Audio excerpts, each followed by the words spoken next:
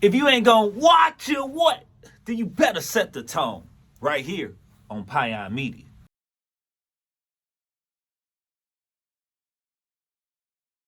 With the trap queen herself, yeah. You know, set the tone, man. We gonna set the tone. You know what I'm saying? Y'all know about it. Okay. Yo, hey, I am excited to have the trap queen herself, speak wellness, Miss Tarsha Wiggins, Tarsha Wiggins. You know what I'm saying? It's amazing to have her in the building. Make some noise for Miss Tarsha Wiggins, man. Let's go. She didn't know I had the sound effects, man. This is Set the Tone right here on P.Y.O.N Media, where our platform is your opportunity. And I am Mr. Watch Your What? Hold on, I gotta. Watch it. Yeah, you know what I'm saying? Watch your tone, man. Watch your tone. And yeah, like I said, we here with the trap queen, Tarsha Wiggins. And you're doing some amazing things. And before we jump into everything that you're doing, I think it's only right that we set the tone and talk about something that's just been breaking the internet. Oh my God. You know what I'm about to talk about, the Will and Chris Rock situation. Oh, here we go. What do you think about that? Before I get by, what do you think about the Will and Chris Rock situation? All right, first thing first, I think we all just got to remember that we're not living on that level and on that platform. That when you make a mistake, your mistake is your business, your mama, cousin, maybe a few people know, but not the entire world. So I think sometimes we just got to take that and just kind of grant some grace. Everybody got judgment and comments and da-da-da. But just remember, think about your biggest mistake, that thing you were so embarrassed about. Let's just keep it 100. When you took him back for the third time, when you got that STI, when he was driving some other chick in your car, when he didn't pay his part of the bills, when you got evicted, like those type of mistakes. Oh shit. Okay. Right. Basically when you just effed up in life, when you made a big mistake, your big mistake wasn't on 4, 6, 12, 58, ET, so just have a little grace and just know that this is somebody's family member. This is someone's love. Somebody is loving this person. That mistake on both sides. Right. Will and Chris. That's somebody's son, somebody's mama, auntie, cousin, and y'all know how some of y'all live. Let somebody slap your favorite cousin. You say you cried. Right, so it's just a lot to it. I think we just have to remember that we've all made mistakes and just give people a little grace. That's my first thing. And then the second thing is hey, what I saw is 2 black kings both needed to tend to their mental health. Because it's one thing, we know Will from Will on TV. We do not know Will. We do not know Will. Yeah, right. So what most of us saw was that ain't the Will I know. That's not the Will. First of all, we don't even know him like that. But outside of that, it takes a lot for a man to get up out his chair, walk up to another man and slap him. Right. That's a lot. Definitely somebody that you probably once upon a time called brother. They've been on Fresh Prince together. They done comedy, whatever, all different shows together. For him to work up that nerve and just get up there and slap Chris Rock. You say nerve. Think about it this way. How overwhelmed or how much did he have to have on his back, neck, chest for him to rise up out his seat? And I watch people, I listen to words, I look at body language. The way he got up there and the way he walked up there like I'm sick and tired of about business. I'm about my business. Yeah. But then on the flip side, how many of us have ever been something happened and you've been embarrassed to get assaulted? We say slap. You've been assaulted publicly. And you don't defend yourself. You got all kind of stuff going on up here. People making jokes. People got memes. So here we go. You got 2 black kings that both got some work to do. Facts. And honestly, huge props to Chris Rock. He handled it very maturely. I don't think anybody else in that situation could have handled it. And let me step back a little bit. So from what I'm understanding from what you're saying too is that you think Will was justified in a sense a little. No, we can't be ready. You know what? I said in another interview, I was talking about this. I said we can't justify this behavior at Walmart, Okay. Pick and Save, the gas station, or the Oscars. We can't just co-sign when somebody make you big mad. Right. You can slap them. Right. Okay. Because my big mad may be this. Your Yeah, big you mad right, may you be right, different. So right. I'm just like, no, I thought we as a society agreed if I get big mad, I can hit folks. Right. So where's it gonna stop? You right. You know what I mean? But I do think there's a way, because you have people coming in with different perspectives. He was protecting black women. This is what protecting black women looks like. And I'm just like, you could have protected your black woman in a different way. Right. You could have handled it in a different way. You could have checked that man if that was your intent a different way. And then you throw on that layer that we all as black people have dealt with or have experiences that you can't show out around white folks. And that's what I did not like about that whole situation. It turned to a black-white thing. Like you can't take us nowhere. They always acting a fool. First of all, who's they? Right. Okay, who's they? But the reality is that we can't condone that type of behavior anywhere, let alone in our black family, in our black culture. That the Oscars is the Oscars. They gonna do what they gonna do. But we can't just condone that in our own homes and families, because we do. Right. It's like, well, if I get bad enough, then we gonna fight. Right. Like, okay, well, then you can't get mad when your kids go to school and fight, because you told them it's okay to fight. They see you fighting. Yep. But then when they go to school and they defend themselves or they're fighting, you wanna be all on them, and you wanna be taking PS5s and Apple phones away. So it's a slippery slope. I'm not saying I ain't never ran hands myself. Right. But you live and you learn. That's wisdom. Yeah. For me to put my hands on somebody now at this point in my life, I got too much to lose. Yeah. But I didn't think that way when I was younger. You know what I mean? But we owe it to ourselves to evolve. I think it's a big learning lesson within that situation for everybody. And another point that I thought that Jada, she could have grabbed Will. I don't know. I was like, I don't know if they had this discussion at home where he was like, if anybody get out of line, I'm gonna go smack that mother. or because in 2016, Chris Rock said something disrespectful to Jada. Said something disrespectful at the Oscars about Jada, in the sense of, what he say, that how she gonna boycott the Oscars? That's like saying I'm gonna boycott Rihanna's panties, but I was never invited. Like, wait, what? Like, so Will was already on edge. Like, hey, if he say one thing, I'm gonna get up there. She probably laughed at him like, you ain't gonna do that. Like, Will got up cool. Like, okay, right. But I think that says a lot too, because I always put the clinical perspective on it. Is that believe people when they tell you what they're gonna do. Right. You know what I mean? And I take words seriously. If somebody said they're gonna hurt you, when they see you, they gonna pull up. It's gonna be something. Right. Listen to that, because we really don't know what was going on in Will's mind. Yeah. We don't know what has happened behind closed doors. We don't know. He could have just got some other bad news. And I'm not saying that to excuse the behavior. Facts. But what I am saying is that the same way Chris made those jokes, and it's like, well, some people are saying it wasn't even that insensitive. I'm just like, but you don't know how Jada felt about that. I'm just looking at it as like, as a husband and a wife. If Jada at any point had been crying about her hair loss, because my mom went through that, and it was hard. I was upset to see my mom lose her hair. And, now it's grown back and it's healthy, but I'm just like, if after having seen his wife perhaps in an emotional place about that, and to get somewhere, somebody say something, he's like, no, y'all didn't see my wife when she was hurt, and I'm trying to protect her and comfort her. So we just don't know. She probably had so many feelings going to the Oscars, standing on the red carpet, grabbing his arm, like, babe, how they looking at me weird? Right, you know what I'm saying? You never know. Or that could have not been the case at all, and Will could have just been like, I'm sick and tired of being the brunt of everybody's joke. I'm sick of everybody thinking they can come in my family and my wife sideways. We just don't know. Right. But I do know this. You gotta watch how you talk to people, because you don't know how somebody's gonna respond. So AKA treat people with kindness and give people grace. You don't gotta go off about everything. Sometimes you could just look at a person and see, like, man, it look like they not all the way there, or it look like they ain't having a rough spot right now. How much is that going to really cost you to just grant them grace? Yep. Maybe it makes you upset. Maybe you feel frustrated. But we just don't know how somebody else is feeling, what they're going through.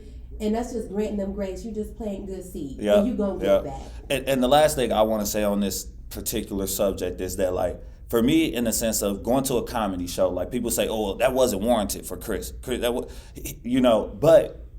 going to a comedy show, I don't expect the comedian to be roasting me. I don't expect the comedian to be taking shots at me. Yeah. So if you taking shots at me, like, it was warranted. You're like, that's all I'll just say. I just feel like I'm not going to a comedy show to be the butt of your joke. I'm trying to hear you talk about some other shit. You know what I'm saying? Like, that's all I'm saying. But every comedy show I've been to, when their set is over, they roast people in the crowd. Okay. So I'm just like, well, I expect that every award show I've seen them make light of. That's a nice way of saying they crack jokes on people that's in the audience. But grace. Yeah, give somebody a little grace, because you look at it now, we've all been in that place where you've done something, you're like, man, if I could just undo that, if I could just take that moment back. Think Will don't want to take that moment back? Of course. You think Jada probably hasn't played this out differently? Chris Rock is probably all of woulda, coulda, shoulda, and it's just like, man, you don't even really want to exert energy doing that, because that's not going to yield you anything. It's like, what can I do now? What I would love to see, and what I would love for the narrative to become, is that two black men both did some work and can circle back and talk about what they did to be in a better place. Because we spent a lot of time talking about Will. Man, y'all better check on Chris. Yeah. And that part, you've been slapped on TV. Everybody making fun or fun of those things. And some people say, well, he reaping what he sowed. And I'm like, well, hey, I ain't into reaping, and so I don't do the distribution. I ain't gonna lie to you, Chris. He protected. His ticket sales went from $43 to $200 and something $50. Like, he counting coins. But he counting coins. He probably like, that slap. What slap? Like, he don't care. Like, I would disagree. His coins look good, but you can't put no price on this thing. But this man is so strong that at his first show, because he had a tour. His tour just started recently, right? And at his first show, the crowd was booing Will and saying, F Will, all of this. Yeah. Chris was like, we're not going to do that. We're not doing that in my show. Right. He actually kicked him out. Yeah. Integrity. Black man with integrity. I think he's mentally strong, and I give him a lot of props for the way he handling the situation. Yeah. And it's unfortunate it had to happen, but like you said, treat people how you want to be treated, and I think it's simple as that. So, but let's get into Tarsha, man. Like, put us on notice. What all are you doing? What all have you? Now we'll talk about what you've done, but what is Tarsha Wiggins up to? Well, can I talk about my brand a little bit, then talk about what I'm doing? You got Speak Wellness. Yeah, I got Speak Wellness. And so real quick. So you got a few. I got a few. I do a little something here and there. You can't let your left hand know what your right hand does. Okay, go ahead. Go crazy then. But no, real quick though. So I'm the founder of Speak Wellness Behavioral Health Consulting. My mission is to reduce the stigma around mental illness in the Black and brown community. We got to come to the tables. We got to stop being strong, praying and fasting your way through some stuff. Don't get it twisted. I loves the Lord. Eyes rock with him. But faith without works is dead. We really have to embrace that, because we can't just think that, oh, God is just punishing me, or, oh, I'm just going to push through it, and everybody has a rough time, and you are struggling and dying. The dying part. And even if you don't die with it, you didn't live life, because you've been trapped in depression. You've been living through anxiety, and you just change your lifestyle so that you can survive and not live. Those two completely different things. So that's really what my mission focus on for my business. And out of that, I have 3 pillars, but y'all keep rocking with me. It's going to be 4, 5, 6 in a little bit. But really, I do corporate education around mental health, and I also do behavioral consultations. And then my third and what I love to do is I do community education around mental health, and that's where trap therapy eats, sleeps, and lives. And trap therapy is essentially kind of what it sounds like. I take trap music, urban music, hood music. She going crazy, you know what I'm saying? So I take stuff like that, and I hit you with some psychoeducation information around depression, anxiety, bipolar disorder, trauma, healing. Ain't nothing off topic. We want to talk about eating disorders, come to the table. We want to talk about suicidal thoughts, bring it to the room. Let's talk about your uncle that stay at Big Mama house that talks to himself and don't nobody know what's going on but Big Mama. Okay. And when she passes away, everybody's trying to figure out what to do or what the resources are.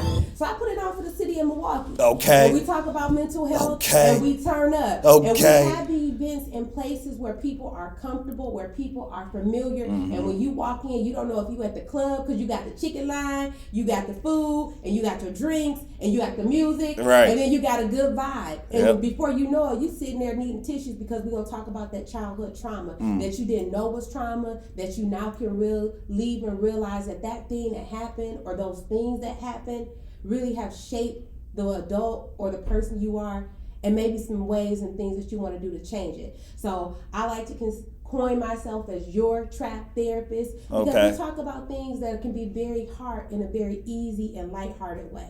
The trap queen. That's why I told y'all. But she's not playing. Let me ask you: do you think it's hard for African Americans, our people, to see a therapist, and if so, why? Absolutely. I think it's hard for us to see that therapist because of stigma, guilt, and shame. There's a study, I can't remember where I read this, but basically it was only one out of three blacks will actually seek mental health treatment. And the reason why the other two didn't is because they didn't want to be seen as weak, they didn't want to be discriminated against, and they didn't want to be shamed. And I was like, man, when you read those words, in the research article, I'm like, I said, but when I hear those words, I think of death. I hear disrespected. I hear being seen as less than. What black person do you know, even in 2022, wants to put those labels and those things on them so that they can be further handled in a way that they aren't warranted in? Right. So I think it's those things that stop us. Now, do we have resources? Are we capable? Are there providers available? Absolutely. But we have to do the work, and we have to normalize talking about our mental health, just like we talk about going to the dentist, right, or going to see the person and get your nails trimmed for that diabetes. We right. just got to make it normal, because the true definition of insanity is doing the same thing every day expecting a different result. Okay. You keep living that same way, thinking those same thoughts, doing those same things, and think your depression, your anxiety, whatever's going on with you, or how about just those negative thoughts? Those things are just magically going to go away from you. They don't. Right. And that's why you need to see specialists. Honestly, I would say a reason too, definitely for me, because I feel like, I've been through a lot of my life where, I could definitely see a specialist, right? Mm-hmm. It's something that I did go and type in a computer, find a therapist and all of that. I feel like it's hard. Yeah. I feel like it's hard to find a therapist. Mm-hmm. And I think that's part of the battle. Absolutely. I think that process can be challenging because we're not accustomed, or we're not quite sure what to search or what to do. But after our little podcast today, I'm gonna hit y'all with them resources. Okay. They're gonna be on the screen. Don't even trip. I got a whole video on how to find a therapist, and I'm talking about if you got no income, you got state insurance, you got commercial insurance, you just looking to tap in with a support group. There's something out there, but you got to start with that Google. Now I keep stuff real straightforward. I tell people, and this is particularly for women, but men can relate too. Think about or approach getting a therapist like you shop for shoes. You know what size you wear, but you still go in there, you try them on, you walk around in them, you thinking about it with the outfit, with the nails, right. How you gonna get your nails and lashes and your color, what lipstick. You done all that to pick out the shoe. The shoe, yeah. You will go to 10 stores in one day looking for the right shoe. We got to take that same energy when we're looking for that therapist, because they're there, but do I feel comfortable? Right. Am I able to relate? Is it in a place or a location that's easy for me to get to? And especially since the pandemic, I like to call it the panorama, because it gives me a little chuckle sometimes. Right. But in the height of the pandemic, you now can see your therapist on your smartphone, your Apple, your Android. You ain't even really low-key got to leave the house. You could be right there on the couch. Please wash your face and brush your teeth. It'll just help you feel good. Even though you're not going to see this person in face to face like that. But yeah, so the resources are there, but I do think it requires that, like, it's a skill that we have to sharpen up on. Yeah. And now, do you think going to see a therapist is like, this podcast is therapeutic to me. Okay. You know what I'm saying? I use my podcast as therapy in the sense of being able to talk to people, being able to express myself, being able to feel, you know, all type of emotions, right? Now, could this be my form of therapy, or do you think going to see a therapist is still as value or more valuable than just?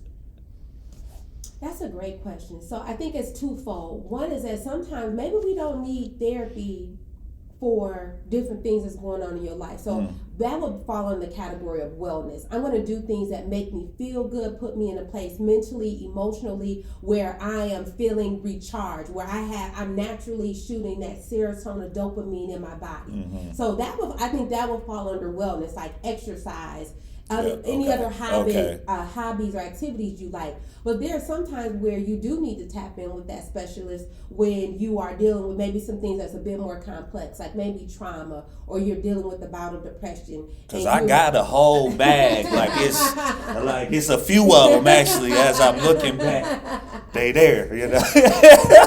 But I think that's a really good point too, and I'm going to bring it back to the shoe analogy. You know how there's some stores you go to and you just like, yeah, you know your size, you can just get it, and then there's times where you go to other places where it's an experience, where the person sits you down. Okay. And it's like, no, I wear a 10. No.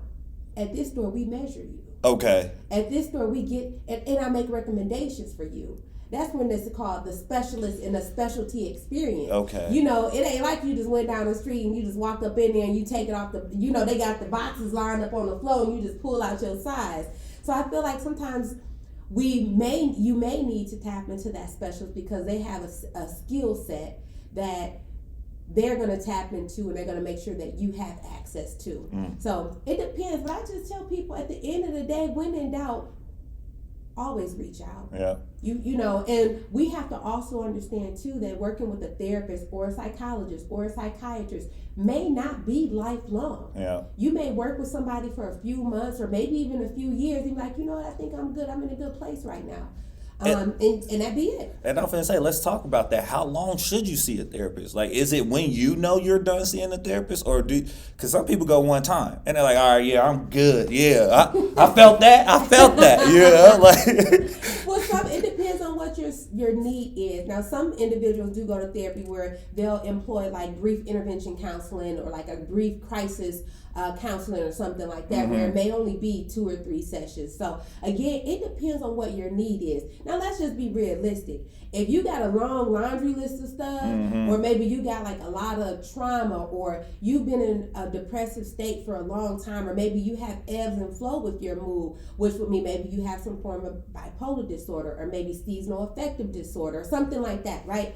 You probably aren't going to work with a provider for 2 or 3 months, because let's be real, in order for me to really get to know you and trust you and really start talking to you, I gotta spend some time with you a little bit. The first session is just me kind of getting to know you. As a clinician, I'm going to engage with you. I'm going to complete an assessment. I'm going to peel back layers and try to get to understand where your needs are. The follow-up session, we start developing that treatment plan. And in a world as a clinician, your treatment plan continues to change because you may hit some of your goals early. It may take you longer. So it just depends on what you need and what you're working on. And you said peel back layers. And then you said that, and I'm like, man, but that's like, you know, when I'm thinking about it, a lot of traumatic experience that people go through, like I'm gonna speak on myself, traumatic experiences that I've been through, I don't want to relive those moments. You know what I'm saying? Like, I don't want to talk about that. If I feel like I'm in a good space, why do I have to talk about that in order to realize, you know, where I'm at? That's a really good point. So this is what happens. If you're in a good point, then that's not gonna come up. That's not going to be an issue. A lot of times, but then let me hit you with this. Okay. Come on, collision issues out there. I got us. Watch this. Sometimes you think you're in a good place, but you don't realize the things that your foundation has cracks or leaks in it. Yeah. You know, it has some pieces where it's like, no, I'm good. And then as we get to know each other, as I continue to work with you, I may see habits or I may see fundamental ways of thinking AKA we call them cognitions or distorted cognitions about things where it's just like you've created this false reality, or you've created a mindset or a thinking pattern that you have conditioned yourself to believe, and that thought process is rooted in your trauma. Talk to me. Or maybe you experienced something that, and in one of my trap therapy sessions, we talked about trauma transference. We're gonna do a whole little, let the cat out the bag. I'm gonna do a little ladies only trap therapy, and we're gonna talk about it's not love, that's a trauma bond, where you think or you've been through things with someone else, or this is how you know you real slick with it. When my trauma becomes your trauma, and I wasn't even trying to put it on you. That happens a lot of times when you've been raised in environments where other people have been hurt. They have developed mindsets, aka thought patterns. Because we just say, "Oh, that's just how I am." You know, this is just how I do it. I'm just like, okay, well, you know, in the clinical sense, it's kind of this. But sometimes we do those things, and this is the thing about trauma. And I like talking about trauma because it can be this thing that really knocks you off your feet, but it also can be the thing that really propels you. Right. When you experience something that like fight or flight or pause process that goes on, your hypervigilance, that innate thing in you that helps you like, wait a minute, you start like, wait, what was going on? That's the thing that keeps you safe. And sometimes that's the thing that keeps you living for years and years and years down the line, because you have changed your thought process. It has changed behaviors in you, and it's all out of a sense for you to keep living. Okay. So, but it's a lot. Trauma. It's a lot. It could either knock you off your feet or it could propel you. Hashtag set the tone. Stop playing with me, okay? Okay. Where it may pause you, it literally can lock you in. And one good indicator for that is if you've ever encountered a person that no matter what's going on, they still talking about the same stuff. They still living in that same mindset. It's 20 years later and they're still speaking that language as if the trauma or the situation is still happening. You literally are froze. When I work with adults on like an inpatient unit, you'll see where people have their cognition, and we call it like your trauma age, where a lot of times when things have happened to you, and when we say trauma, we're not necessarily just speaking to like a car accident, maybe some form of sexual, emotional abuse. But let's be real. You just don't usually get one of them things. Right. You got like 3, 4, 5 of them. Then something else just like, wow, then this happened to my family, and then so-and-so was murdered. So it's like you got all these layers. But oftentimes you'll see that when individuals have endured like significant trauma, you'll see their social emotional development like halt right there. That executive functioning in their brain may not fully develop. And that's one of the big concerns in our youth, is that they're experiencing all this trauma. Now they're vaping and doing all this marijuana consumption. Yep. And this is like, look, bro, fam, first of all, your brain, bro, your brain. You can't put a sentence together because of the consumption of the substances in addition to the trauma. Yeah. The substance that can impact you on so many different levels. Yep. But and before we continue to talk about the traumatic experience and stuff like that, I actually want to know, how did you get to this space? Like, because you are so grounded yourself, and maybe this just from the outside looking in, but you a black, beautiful, strong queen, and you seem to be doing everything, conquering the world. How did you get to this space? Well, man, see, what had happened was... What happened? So I studied at the University of Wisconsin-Madison. I have a bachelor's degree in rehab psych, a master's in social work, and then a certificate in alcohol and drug counseling. I am blessed beyond measure. I've worked in a variety of mental health facilities, every level of care. So I've been an inpatient acute psychiatric social worker. I've worked with individuals in like partial hospitalization, intensive outpatient treatment, and then one-on-one. I also was a lady at one time that came, pulled up on you at 6 o'clock for safety checks for your kids. Like, ding dong, do. Hey, it's cold out here. You better come on, let me in. Make sure these kids safe. So I've had a lot of experiences, and I think each one, and this is just true, God puts you in places and you go through different things because of your purpose and where it needs to take you. So I've done all of these different things to get to a place where it's like, I can speak on that. I can talk about this. I've been there with that. I know what it looks like when you got a mother that you're trying to explain, like, why is my son having a psychiatric crisis? He consumed some drugs that was laced with something and he's activated a portion of his brain and we're not sure if that's going to turn off. He's hallucinating. He's never experienced things like that. Or when you have to put someone in restraints because they're harming themselves, or you have to support a family with filing paperwork to become a guardian because the individual is ill. And then it's like when you take it to the school level, and it's like, well, how do I engage the parents so I can engage the youth? So it's just like, well, I've done that, I've done that, I've done this, I've done that. But to really answer your question, in the height of the pandemic, I have 3 great young princes at home. I got a great husband too, where I was sitting on my porch on the verge of tears, trying to figure out how I was going to effectively be a leader at my corporate job, virtually homeschool my 3 children, and make sure that I was okay mentally. And I'm sitting here like, man, with all the stuff I know, I'm supposed to be good. Right. And it hit me, if I ain't good, I know my cousins ain't right. Because we ain't talking about it. And Speak Wellness was birthed out of that. That's amazing, and hey, you doing amazing things, and you continue to do amazing things. I think you just brought up another valid piece too that I think it impacts all of us. Definitely the African American culture in the sense of your 3 boys, right? They have their father and their mother. That's amazing, and I think that's a big part in the success of our youth. Like to have both parents be a parent. I take that. Let me step back one more second. I think being a parent is a verb. The word parent is a verb. It's not, you don't just get to be a parent because you was able to donate something that you saying. Right.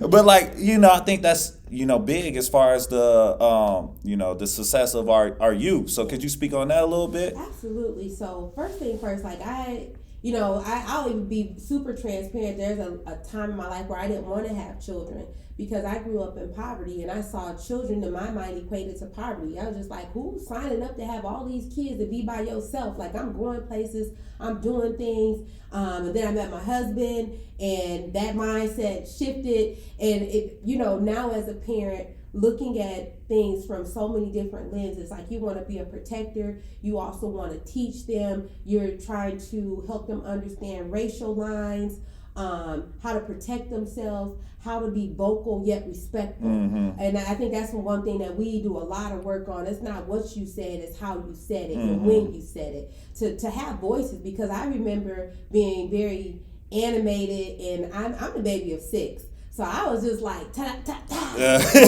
I always had a little jokey joke, just my personality, and thinking about there were times where life was just too hard for my personality or for my, like, I got something I want to say. It's like, and no shade against my mom. She made it happen. Like, right. Did good, Mom. Yeah. But and a lot of moms do, and a lot of single fathers do as well. Like, like, doing the best you can with what you got, and realizing that you're not gonna get everything right. But I mean, I could talk on that for days, but it really boils down to for me, for my family, my husband included, is that it's God, it's my husband that's leading us, it's us as a unit coming together saying like, okay, this is what's important, this is how we want to do it, agreeing on that and executing who's going to be responsible for what, and then an amazing village of people around us, my brothers, my sisters, their aunts and uncles and just cousins, like, I can't do any of this stuff. Like, people say, oh, you doing so much. I'm just like, girl, my mama picking my kids up today. My husband, he's leaving work a little early so he can get them there. Then I'm going to do this. And then my nephew is going to do that. Like, so it truly is like our village and our support system. I encourage people all the time, tap into and develop you a strong support system because you can't do it by yourself. And one thing I did see as a child growing up is that those single moms or even some of those single dads, they were looking out for each other. They were helping each other like, hey, I gotta work late, just keep an eye on my kids. And it's like, no, I'm not gonna keep an eye on them. Send them over here because I don't want them to be in the house by themselves. Right. And I feel like so there were so many things that I learned and got to experience, but I've always been big just in life in general is that I want to learn from other people. Right. I want to observe and I want to take those things in. So yeah, it's a lot to be said. It is. And so I actually work in a school as well. And working in a school, I have a lot of conversations with the youth. Most recently, we had a conversation in a sense of Mexicans, they're family oriented. They do everything together for a long period of time. Black folks, we don't do that. Why we don't do that? Why we, an example was like, a Mexican family or a Hispanic family will... They will bring the whole family, aunts, uncles, everybody live under one roof. Black folks, this is coming from the youth. The only reason our uncle gonna stay is because that was his last option. Like he ain't had no other place to stay. Like you know their uncle situation. Yeah, right. Why do you think we as a culture, or do you believe, their perspective is what we go through as a culture? That's really interesting because I had a different experience when I was younger. Okay.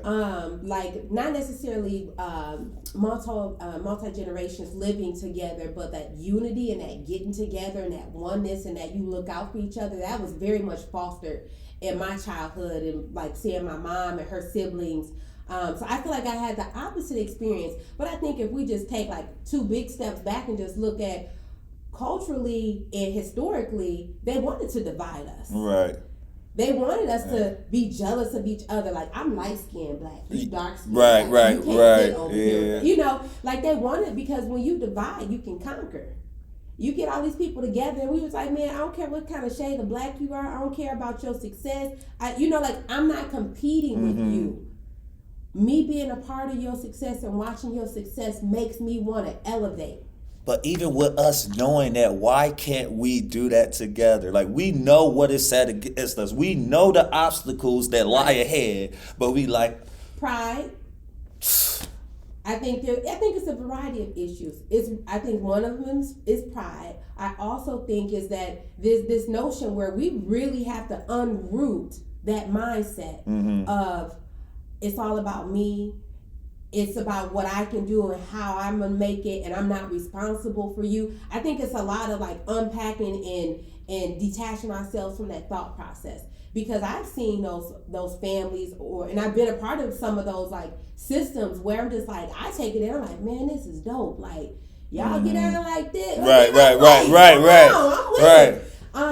But that requires for you to also forgive people and to be willing to self-sacrifice for someone else. So that requires a lot. Like I think we as a society now, we are very much ingrained with me first, and it's a difference from I'm going to take care of myself versus me and nobody else. Like this, like I'm not responsible for you. I don't have to care about you. I think we've kind of shifted into some thinking like that, and that is what keeps us separate. Right. Helps me not really be concerned about you. Yeah. Man. Hey, I'm trying to tell y'all, we going crazy over here right now. Sasha's dropping straight gems on us right now. And so I did, like I said, I want to go back into the drug piece in the sense of, the influence of drugs as far as mental health, as far as our community, right? Yeah. Living in Milwaukee, Wisconsin, like the youth are going through a lot. Oh, yeah. They're going through a lot right now. And,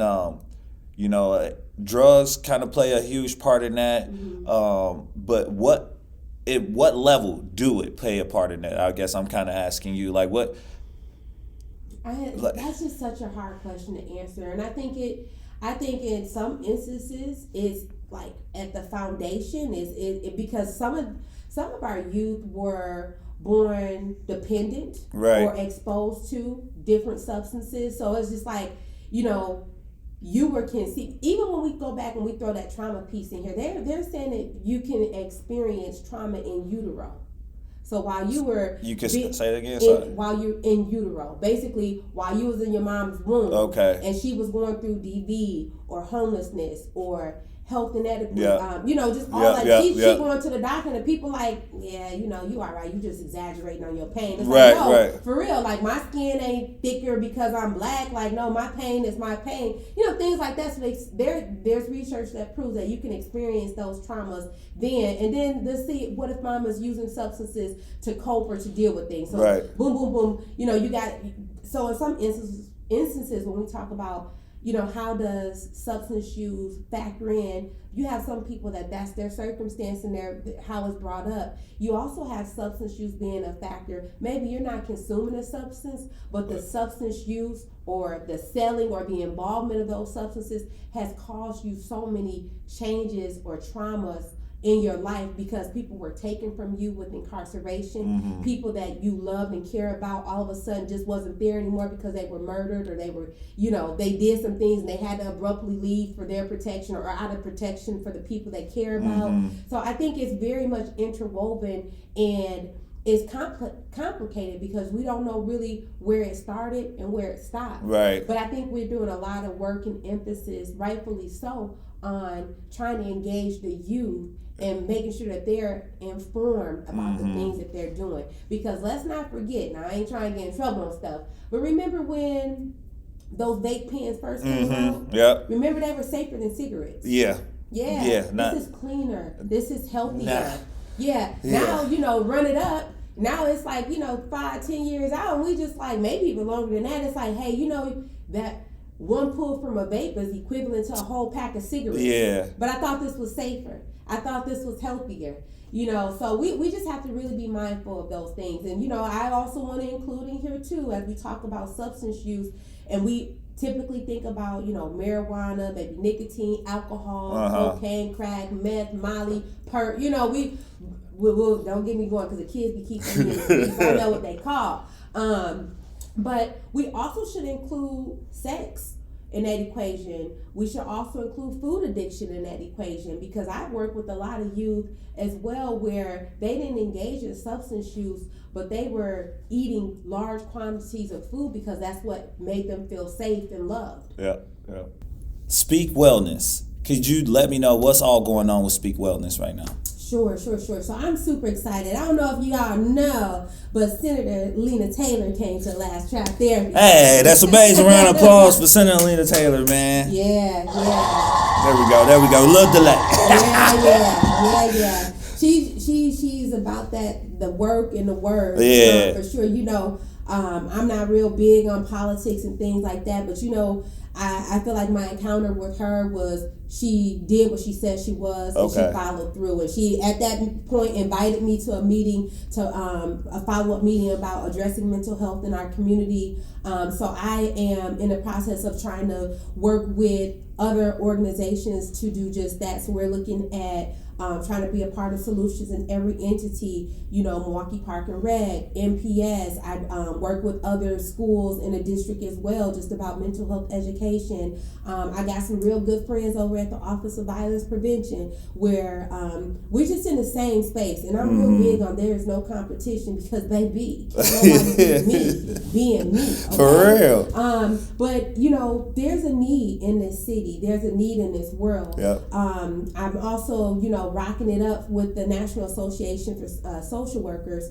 Just submitted to present at the upcoming conference in the fall about trap therapy and what I'm doing. So the wheels about to leave ground. I'm about to get out here and do everything. Yeah. Excited to be jumping on with some universities in the area too. That's what's up. To just keep the conversation going. So in short, if we're rolling and we talking about life, we're talking about mental health, I'll pull up. Yeah. Because no one's too young to be a part of the conversation and nobody's too old. So shout out to anybody out there working with our elders, working in that arena. Hey, they got needs too. Because we can take this urban music and we can put that Al Green on. Okay. We can hit them Temptations and we can talk about how back in the day you had that my girl and she became somebody else's girl. And you be thinking about that sometimes. Yeah. Because everybody mental health and emotional wellness has value. And when I say I hit it different, we're going to do it different. It's going to be fun, but it's going to hit the right spot. I like how innovative you are about this, though. You trying to really appeal to the people. You trying to, me meet them where they at. Yeah. You know what I'm saying? So that's dope. That's definitely amazing. Tasha, you're doing some amazing things, like I said before. And I don't want you to drop all your gems just right. You know what I'm saying? But you definitely set the tone. And before you get up out of here, could you give us, some words of wisdom? Final note. Set the tone one more time for me, real quick. Let's set the tone with this one right here. I want to do two things, but I'm gonna do this one. Mental illness is closer than you think. A lot of times we talk about our mental health. We'll have great conversations like this, and you'll be like, "Yeah, but that ain't me though." It may not be you, but it's your bestie, and you don't even know it. Maybe it's your favorite cousin, your aunt that's struggling with something that they just haven't talked about. So I always want to encourage people to know that this thing is closer than you think. That loved one, that person that's your A1 in your life, that place, that organization, that's something that you're connected to. So I guarantee you, someone or something you're connected to in your life, this is a concern for them. And you being a part of the conversation, you engaging and tapping in and showing your support for this will help them feel better. Once you gone. Right. So we do a lot of work and talk about suicide and suicide prevention, because when you up out of here, that's it. I can't bring you back. I ain't got that kind of power. Right. But the thing is that we gotta be okay talking about that stuff so you don't get to that place. Hey, y'all, hashtag set the tone. Hashtag set the tone, man. I appreciate you so much. Before you go, could you drop your social media? Let people know how could they find you? How could they reach you? How could they support? Absolutely. I like the last You know what I'm saying? support, okay? No, but you can reach out and connect with me on Facebook and at Instagram, Speak Wellness, all one word, Speak Wellness. And then you can slide on over to the website if you just need a little bit more. That's www.speakwellnessbh. That's B as in behavioral, H as in health.com. And then last but not least, you want to support, reach out to me. I am not a nonprofit, but right now, all of my efforts and things I've been doing have been self-funded. So y'all know somebody that just got some coins and they just want to donate. I'm that person. Holla at I'm her. that girl. You know what I'm saying? Hey, if y'all need some more information on P.Y.O.N Media, go to P.Y.O.Nmedia.com, okay? And my cash app up there too, okay? Throw me some coins too. I'm paying for all of this. Hey, but y'all just been put on notice, man. Tarsha Wiggins, Melvin in the back. Shout out to Melvin, man. But y'all stay blessed, man. Thank you. Thank you. Yeah.